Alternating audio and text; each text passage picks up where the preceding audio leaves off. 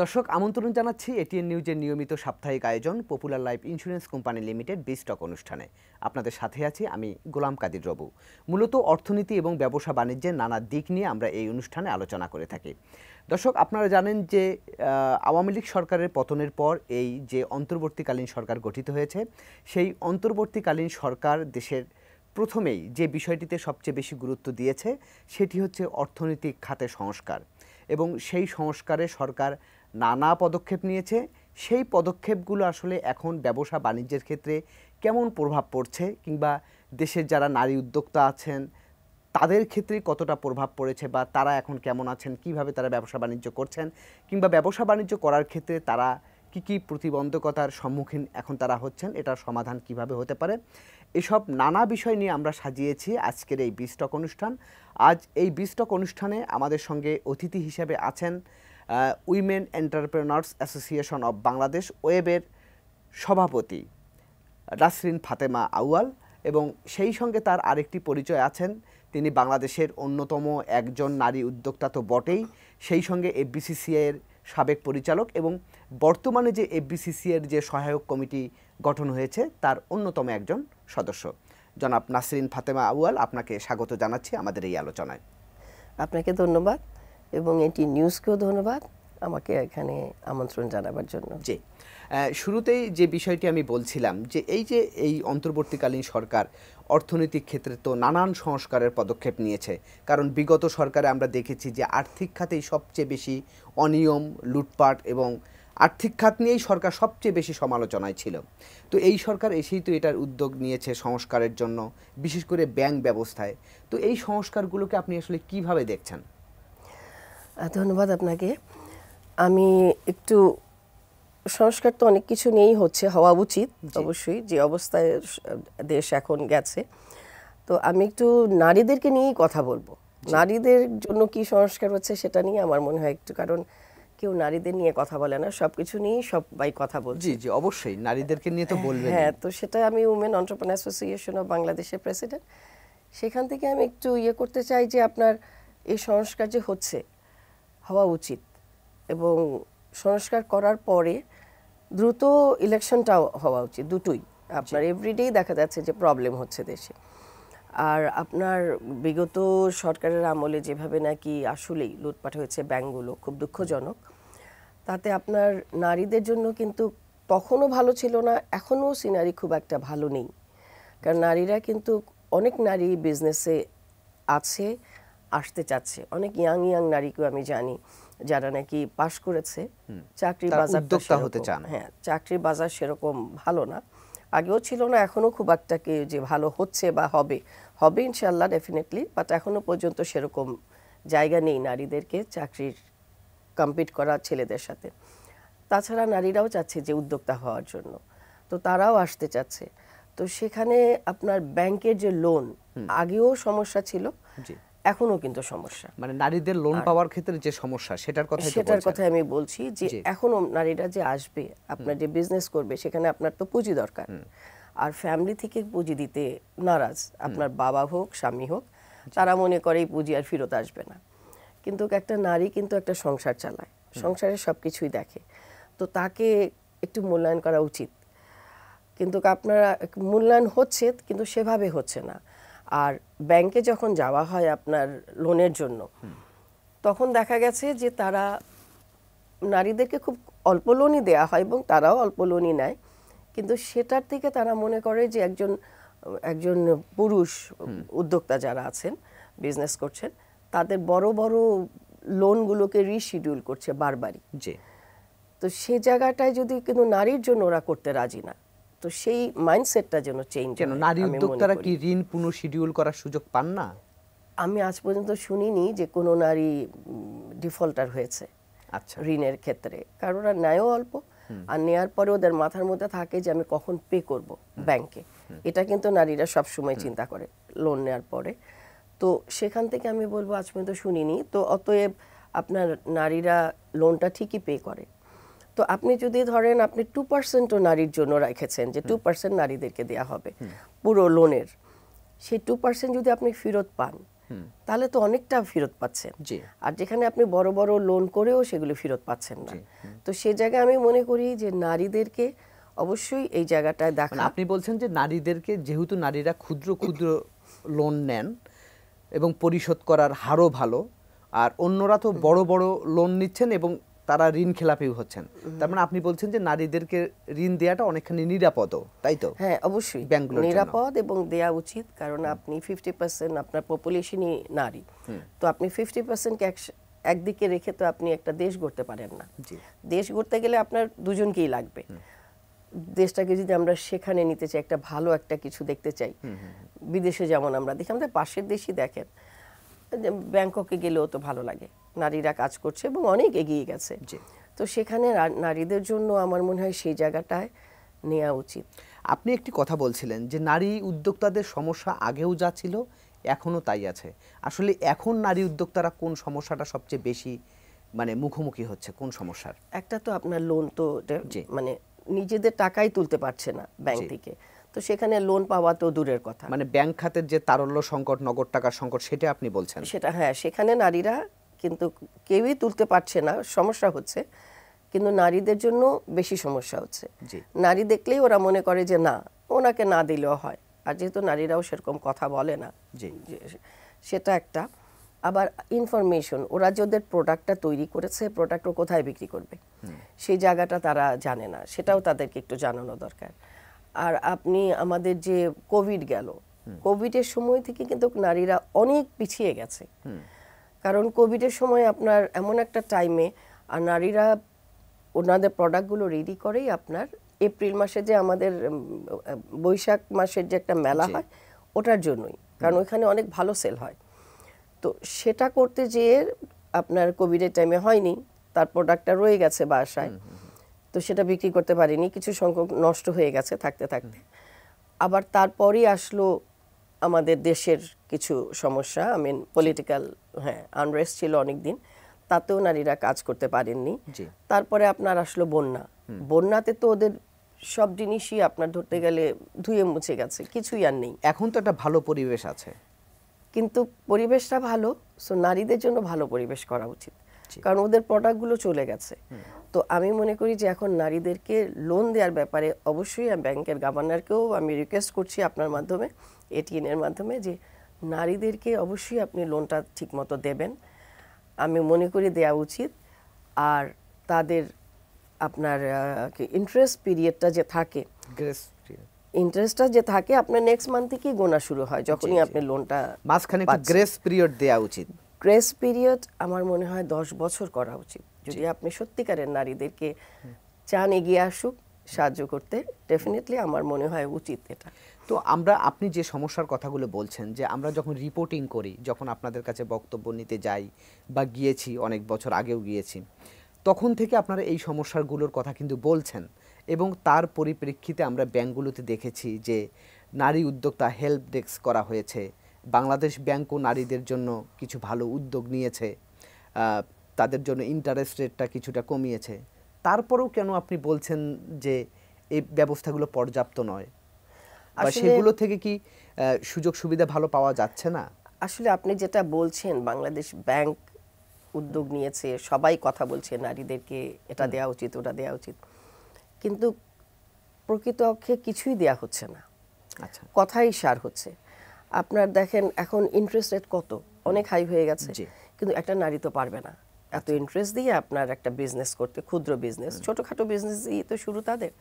সেখানটা আমি মনে করি সিঙ্গেল ডিজিটে ডেফিনেটলি আনতে হবে নারীদের জন্য, নারীদের জন্য সিঙ্গেল ডিজিট রাখতেই হবে, আদারওয়াইজ নারীরা উঠে আসতে পারবে না। আমি আপনাকে একটা ইনসিডেন্ট আমি বলি, যে আমাদেরই একজন মেম্বার, উনি বুটিক করতেন, ভালোই ছিল ওনার তো ওনার বাবা একটা ল্যান্ড দিয়েছে ওনাকে, সাভারে ছোট একটা ল্যান্ড পেয়েছেন বাবার থেকে।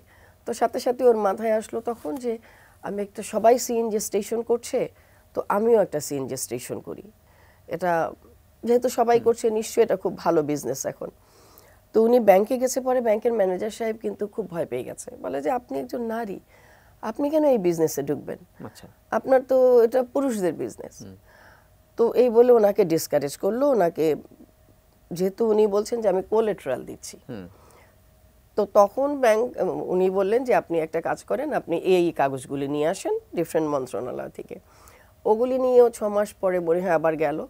তো তখনও কাগজগুলো দেখলো, দেখে তার খুব একটা মানে স্যাটিসফাই হয়নি, এবং সে বলছে যে শুনেন, আপনি এই বাবার জমিটা নষ্ট করেন না, এটা আপনি ইউজ করেন অন্য কাজে, কিন্তু আপনি লোন চেয়েন না, কারণ আপনি এটা এই ইয়ের জন্য, সিএনজির জন্য আপনি লোন চেয়েন না, এটা করতে পারবেন না, এটা ছেলেদের। কিছুতেই ম্যানেজার সাহেব বুঝবেন না। তো আমাকে বলে যখন কি করব ফেরত এসে, তো আমি ফোন করলাম। আমি ফোন করার পরেও ম্যানেজার সাহেব আমাকে বলছে যে ম্যাডাম ওনাকে বোঝান, করতে না। তার মানে তাদের মনোজগতে ঢুকেই গেছে যে নারীদের জন্য এই ব্যবসাটা নয়, এক্স্যাক্টলি তাদের জন্য শুধু কাপড়ের ব্যবসা, খাবারের ব্যবসা, এসব। তো এ ধরনের কয়েকটা ইনসিডেন্ট এরকম আছে, আমি তার আপনাকে মানে একটাই দিলাম। তার মানে মানসিকতাটাও একটা বড় সমস্যা। সেটা মাইন্ডসেটটা সবচেয়ে বড় সমস্যা। কিন্তু আজকে সেই নারী দুটো সিএনজি স্টেশন, তো নারীরা পারে না এরকম কথা আসলে মাথার থেকে ঝেড়ে ফেলা উচিত। যে কেন আসলে নারী উদ্যোক্তারা তাদের গতানুগতিক ব্যবসা থেকে বের হতে পারছে না, কেন একটু শুধুমাত্র ক্ষুদ্র থেকে মাঝারি কিংবা বড় শিল্পের দিকে তারা কেন যেতে পারছে না, বা বেশিরভাগই কেন গতানুগতিক ব্যবসার মধ্যেই আছে? আসলে এর থেকে বের যে হতে চাচ্ছে না তা না, কারণ আমি একটা স্টোরিতে আপনাকে বললাম যে নারীরাও চাচ্ছে, কিন্তু এখানেও কিন্তু অনেক আছে। আপনার বুটিক করছে, সেখানেও কিন্তু আমাদের দরকার। জি, যেগুলি ওরা করছে সেগুলি আমার মনে হয় দরকার আছে অবশ্যই। তার সাথে আরো ওপরের কিছু করা উচিত, সেটাও আমি আপনার সাথে একমত যে কিছু উচিত করা। সেখানে যে ওরা যাবে, ওরা তো ঠিকমতো লোন পাচ্ছে না, ওরা যাবে যে কিভাবে যাবে, এবং ওদেরকে এনকারেজও করা হয় না যে তোমরা অন্য কিছু করো বা অন্য ধরনের ট্রেনিং, সেগুলির এনকারেজমেন্টও তো নাই। তো আমি করছিলাম যে এক্সপোর্টেও নারীরা নাই। জি। আর ব্যাংকে এক্সপোর্টে কেন নাই? কারণ তারা ইনসিকিউর, বা তারা ভয় পায় যে আমি এক্সপোর্ট কি করে করব। কিন্তু নারীদের প্রোডাক্টগুলোই কিন্তু বিদেশে যাচ্ছে। এই যে বুটিক আছে, আমি সো এগুলি কিন্তু অনেক যাচ্ছে। আমার যেরকম, আমি একটা ওদেরকে সাউথ আফ্রিকা পাঠিয়েছিলাম একবার, আপনার মেলায় গেছিল। তো একজন উদ্যোক্তা, উনি যখন চলে আসে সেদিনও ওনাকে সবাই ধরেছে, আপা আপনার গায়ের কাপড়টাও, শাড়িটাও সুন্দর অনেক, এটাও এরকম দেন, এটাও দিয়ে যান, মানে এরকম ভাবে ধরেছে। তখন উনি দেখলো যে আরে এখানে তো বেশ বড় মার্কেট। তো সেটা চিন্তা করে সে নেক্সট ইয়ারে সে নিজেই গেল 2 সুটকেস কাপড় নিয়ে, ইনফরমালি সব বিক্রি করলো। এভাবে সে 3-4 বার এটা করে একটা পুঁজি রেডি করলো। তখন আমেরিকা থেকে আবার আমার একটা ইনভিটেশন এসেছিল মেলাতে পাঠাবার জন্য নারীদের। তো সেখানে তাকে পাঠালাম। তো খুব খুশি সে যে আমেরিকা যাচ্ছে। তো যে কিন্তু সে অনেক ভালো করেছে। তো ইনফরমালি করছে। তো এগুলি যদি আমরা ফর্মালি করি তাহলে গভর্নমেন্টের জন্য ভালো সুবিধা। তো সেই জায়গাটায় আমি বলছি যে এনকারেজ করা নারীদেরকে যে এক্সপোর্ট করো। আপনারা আমাদের যে পিকল বানায়, কারা বানায়, নারীরাই কিন্তু বেশি বানাচ্ছে পিকল।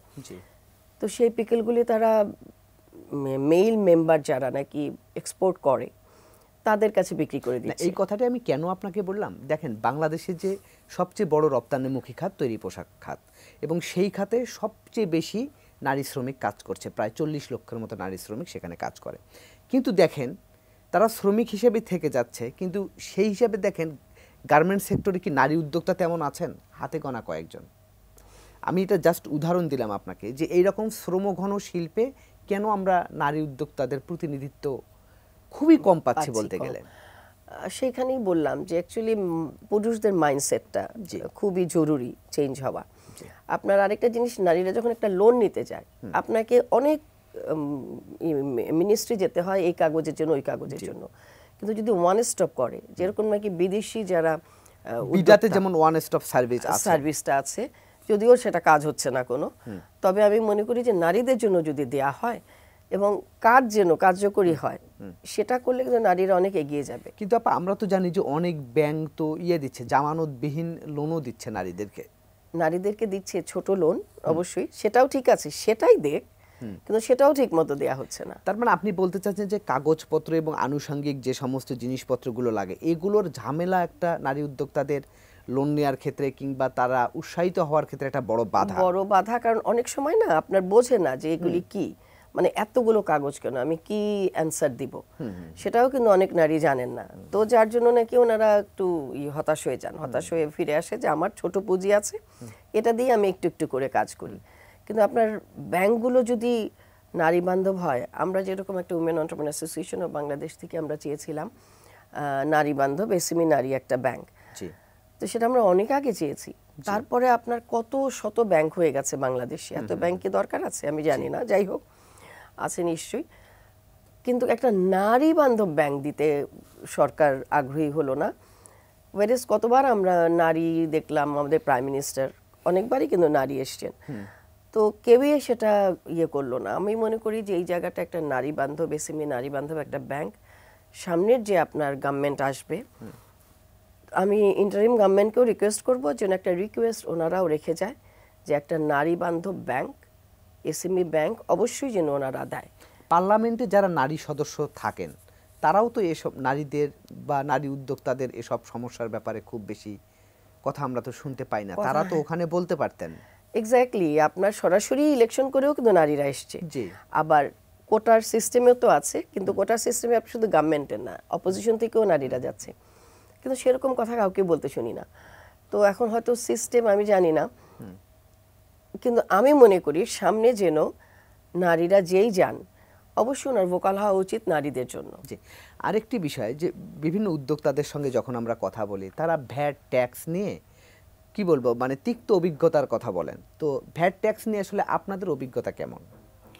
ভ্যাট ট্যাক্স আসলে ঝামেলাটা যারা নাকি এসএমই ক্ষুদ্র বা কটেজ বা এ ধরনের বিজনেস করেন তাদের জন্য একটু বোঝা মুশকিল, টাইমলি ভ্যাট ট্যাক্স দেওয়াটাও মুশকিল। ওনারা যে দিতে চান না বা দেন না তা না, ওনারা কিন্তু সবকিছুই টাইম মতো দিতে চায় গভর্নমেন্টের সাথে। যেগুলো আমি বলছি যে এখানে ভোগান্তিটা কেমন আপনাদের?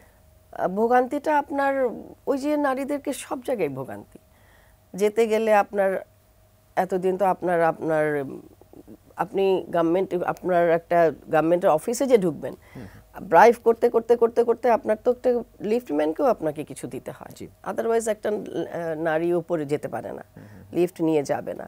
তো সেগুলিও কিন্তু নারীদের জন্য পিছিয়ে থাকা, ওগুলো কাজ যদিও আপনি যে ঠিক হয়, এবার যদি আশা করছি গভর্নমেন্ট এমন একটা কিছু করে যাবে, এই ইন্টারিম গভর্নমেন্ট, যেন আর ব্রাইভ দেওয়াটা বন্ধ হয়, কারণ এই জিনিসটা আমাদেরকে অনেক পিছিয়ে নিয়ে গেছে। আজকে যত টাকা নাকি বাংলাদেশের বাইরে চলে গেছে, পাচার হয়েছে বা চলে গেছে যেটাই বলেন, আমরা তো দেখি যে ওই টাকা দিয়ে আমরা নাকি আরো 3-4টা পদ্মা সেতু করতে পারতাম। তো তাহলে আমাদের যে নাই তা না, কিন্তু আমরা যদি এভাবে চলি তাহলে তো দেশটা তো কি করে উন্নতি হবে, নারীরাই বা কি করে এগিয়ে আসবে। প্রচুর পরিমাণে টাকা অর্থ পাচার হয়েছে দেশের বাইরে, এবং ব্যাংক খাতেও তো নানা অনিয়ম হয়েছে।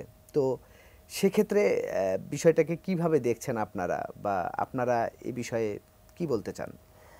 আসলে এত যে টাকা পাচার হলো কেউ দেখে নাই কেন, কিংবা এভাবে হলো কেমন করে, এটা তো হওয়া উচিত হয়নি। আর নারীদেরকে টাকা দেয়া যাচ্ছে না, নারীদের টাকা দিতে গেলেই ব্যাংকের সমস্যা, কিন্তু ব্যাংক থেকে এতগুলো টাকা পাচার হয়ে গেল কেউ দেখলো না। তো আমি মনে করি যারা নাকি সত্যিকার অর্থে দোষী তাদের অবশ্যই শাস্তির আওতায় আনা উচিত, আদারওয়াইজ বাংলাদেশটা কি করে, সবই তো তাহলে শিখবে যেগুলি করতে হবে। তো অতএব এটা ডেফিনেটলি করা উচিত। আরেকটা আমি বলবো যে আপনার আবারও আমি ব্যাংকেই ইয়েতেই চলে আসছি নারীদের ব্যাপারে, যে আপনি দেখেন যে ট্যাক্স হলিডেটা আমি মেনশন করেছি কিনা আরেকবারও করছি, যে 10 বছরের ট্যাক্স হলিডে হওয়া উচিত নারীদের। আর আরেকটা জিনিস, কোনো আউটলেট নেই নারীদের, তো সেখানটায় women entrepreneur association of Bangladesh থেকে কিন্তু আমরা একটা সেউতি নামে আউটলেট করেছি অনেক আগে থেকে, মানে নারীদের পণ্য বাজারজাতকরণের জন্য, কারণ সব নারীর পক্ষে সম্ভব না একটা আউটলেট করা। সো যারা নাকি আউটলেট করতে পারছে না বা সম্ভব হচ্ছে না, তাদের প্রোডাক্টগুলো বিক্রি করার জন্য আমরা সেউতি নামে একটা করেছি। কিন্তু আমি আজকে আপনার মানে এখন আমি একটু একটা কথা বলছি যে সেটা আমি এখনো কাউকে শেয়ার করিনি, সেটা হলো গত গভর্নমেন্টের টাইমে আমাদের সেউতি ছিল কলাবাগানে। আমি সত্যি অবাক হয়ে গেছি, সারপ্রাইজ হয়ে গেছি যে ম্যাজিস্ট্রেট এসে ওই এলাকাটা ভেঙে দিল। তাকে বলা হলো যে সেউতিটা কারো একার সম্পত্তি না, এটা বিভিন্ন এসএমই মহিলাদের, তোমরা এটাকে একটু স্পেয়ার করো, আমাদেরকে টাইম দাও। ম্যাজিস্ট্রেট কোন ম্যাজিস্ট্রেট ছিলেন জানি না, আমি দেশে ছিলাম না, উনি একদম ভেঙে গুড়িয়ে দিল আমাদের এয়ার কন্ডিশন, নারীদের প্রোডাক্ট, সবকিছুই ভেঙে দিয়েছে। এবং কার কাছে বিচার চাবো, সেই চিন্তা করে আমরাও আর একটা বিচারের জন্য আর যাওয়া হয়নি। তার মানে আপনি বলছেন যে বাংলাদেশের নারী উদ্যোক্তাদের আসলে পণ্য বিক্রি বা বাজারজাতকরণ এটা একটা বড় সমস্যা, বিরাট সমস্যা। লোন যেমন সমস্যা, ইনফরমেশনও তেমনি সমস্যা, তার উপরে আপনার বাজারজাতকরণ অবশ্যই। জি, আপনি বলছেন। আরেকটা একটু আমি শেয়ার করি, সেটা হলো আপনার নারীদের যে ট্রেনিং হচ্ছে, এসএমই ফাউন্ডেশন ট্রেনিং দিচ্ছে, তারপরে মহিলা মন্ত্রণালয়ও ট্রেনিং করাচ্ছে, কিন্তু ট্রেনিংগুলি আপনার 5 দিনের কি 7 দিনের এরকম করে হচ্ছে। তো এটা কিন্তু নারীদেরকে আমরা কিছুই শিখাচ্ছি না। আচ্ছা, আমরা পরিচিত করছি 5 দিনের ট্রেনিংয়ে, কিছুই শিখাচ্ছি না। আবার অনেক নারী আছে ট্রেনিংটা নেওয়ার পরই তারা বিজনেসটা করতে চাচ্ছে, স্টার্ট করতে চাচ্ছে, সেখানে তার পুঁজির অভাব। তো এসএমই ফাউন্ডেশন এবং মহিলা বিষয়ক মন্ত্রণালয় বা যারাই দিচ্ছে, তারা যেন ট্রেনিংয়ের পরে একটা পুঁজি তাদেরকে দেয় ব্যাংক থেকে, যে লোন হিসাবেই একটা গ্রেস পিরিয়ড দিয়ে যেন দেয়, যে তারা বিজনেসটা শুরু করুক। কয়েকজন মিলেই কিন্তু শুরু করতে চাচ্ছে, তো সেই জায়গাটায় ওরা কিন্তু অনেক আটকে যাচ্ছে। আরেকটা বিষয় একটু জানতে চাই, আমরা দেখি যে যখন বাজেট আসে, প্রাক বাজেট যখন আলোচনা আপনারা করেন, সেই বাজেটের সময় আপনারা প্রায় দাবি করেন যে নারী উদ্যোক্তাদের জন্য বরাদ্দ বেশি দেয়া হোক, যে বরাদ্দ দেয়া হচ্ছে সেটা খুব কম।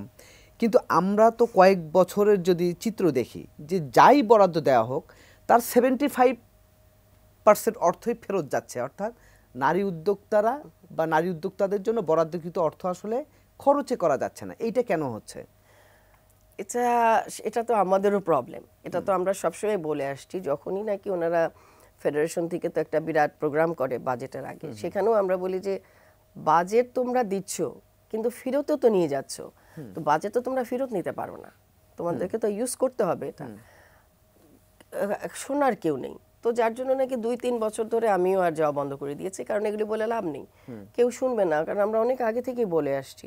তো এই কাজগুলো যদি না করা হয়, আপনি যতই উইন্ডো করেন ব্যাংকে নারীদের জন্য, কিংবা যতই বলেন যে এটা করছি ওটা করছি, কিন্তু প্র্যাকটিক্যাল লাইফে যদি আপনারা না করেন, প্র্যাকটিক্যালি যদি হেল্পটা না দেন, তাহলে একটা নারীকে তো আপনি তুলে আনছেন না। তো বাজেট দিয়েই বা লাভ কি?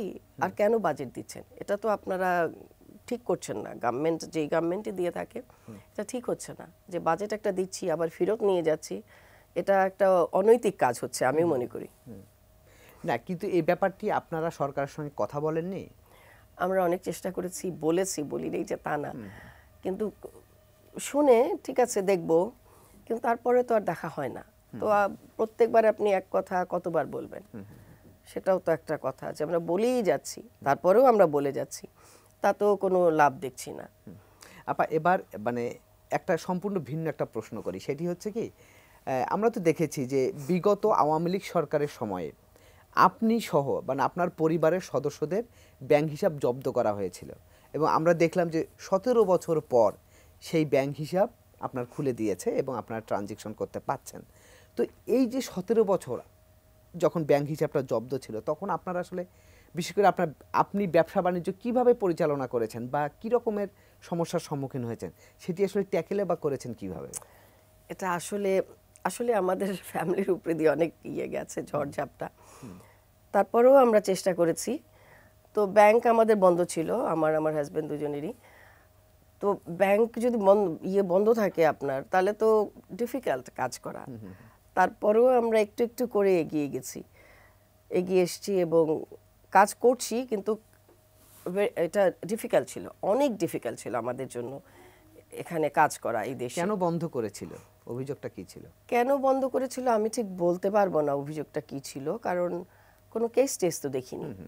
তো এমনি কেন বন্ধ করলো, সেই মানে এটা কি রাজনৈতিক প্রতিহিংসা হতে পারে, আমি ঠিক জানি না কেন বন্ধ হলো। জি আপা, আমরা আলোচনার একেবারে শেষ পর্যায়ে চলে এসেছি। একদম খুবই সংক্ষিপ্তভাবে যদি বলেন, সার্বিকভাবে আপনার এই নারী উদ্যোক্তাদেরকে নিয়ে আপনার আর কি বলার আছে, বা নারী উদ্যোক্তাদের উন্নয়নের জন্য সরকারের কাছে আপনার কি আবেদন?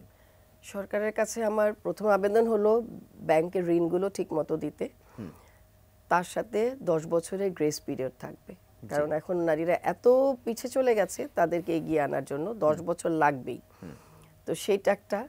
তারপরে আপনার আউটলেটগুলো ঠিক করা, যে আউটলেটে যেন নারীরা বিক্রি করতে পারে তাদের পণ্য, তাদের প্রোডাক্ট। আর ট্রেনিংগুলো ডেফিনেটলি আপনার আরেকটু উন্নত মানের এবং আরেকটু বেশি দিনের ট্রেনিংগুলো করা উচিত, সেটা আবার একটা আছে।